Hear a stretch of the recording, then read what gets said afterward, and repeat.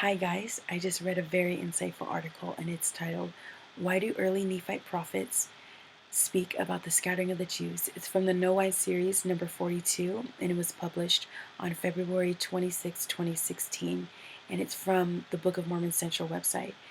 It goes on to explore and talk about how, in particular, the early Nephite prophets of Nephi and Jacob, how they lived in a different time period, but how their visions from the Lord had assimilated with the prophecies of Isaiah, who lived in um, an earlier time period of 740 to 701 BC, in which Nephi and Jacob had been testifying from 600 to 592 BC.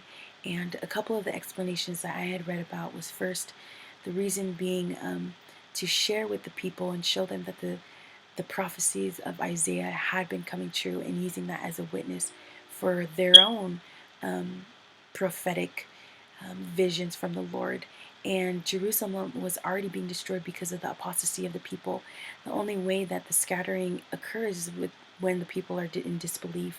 And Lehi and his family were commanded to flee from Jerusalem into the wilderness and eventually to the promised land because of the wickedness of the people in Jerusalem.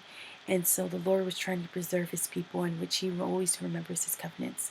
A second reason is from John L. Welch, and he shares an idea entitled the Nephite prophetic view, in which it goes over four stages of, first, the coming of Christ, then the rejection of Christ and therefore the scattering of Israel, third, the days of the Gentiles, and fourth, the restoration of the Israelites.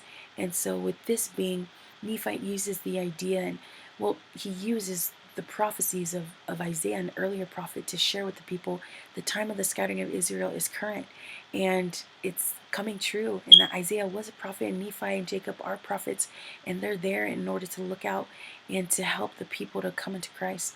And I think this is a very interesting point, because even after generations of the scattering of Israel that's shared in 2 Nephi chapter 25, the Lord still remembers us. It's just whether or not we will be willing to remember him.